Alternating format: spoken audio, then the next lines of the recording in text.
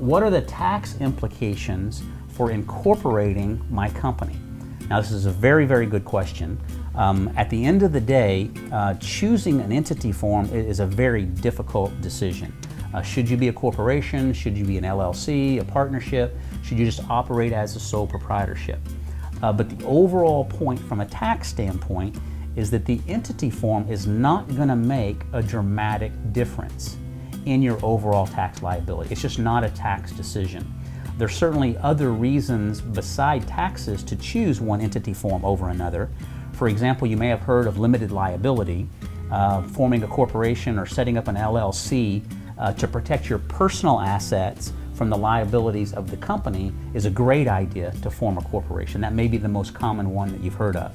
Other reasons are exit strategy.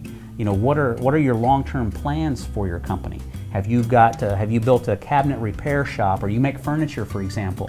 And what your goal is to turn that company over to your kids and to your grandkids, to be in the family for hundreds of years.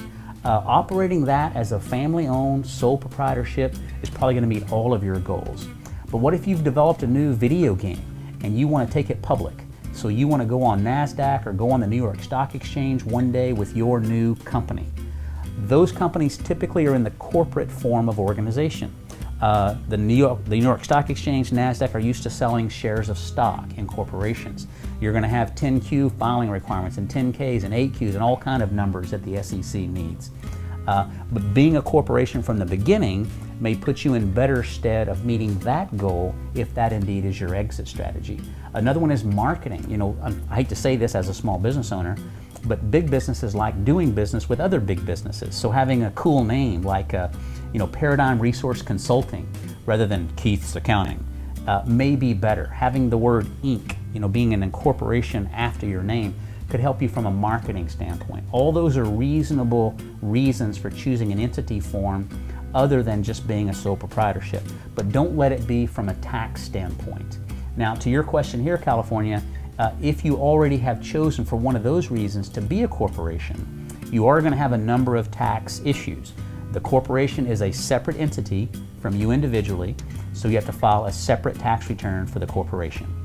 And you use Form 1120 for that corporation. You got to be real careful with double taxation, which is where the corporation pays tax, and then when it gives you the money in dividends some other year, you're going to have to pay tax again.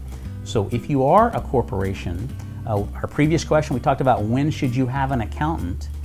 If you do form a corporation, you may have a bigger issue with tax planning, with managing that double taxation thing that I just mentioned.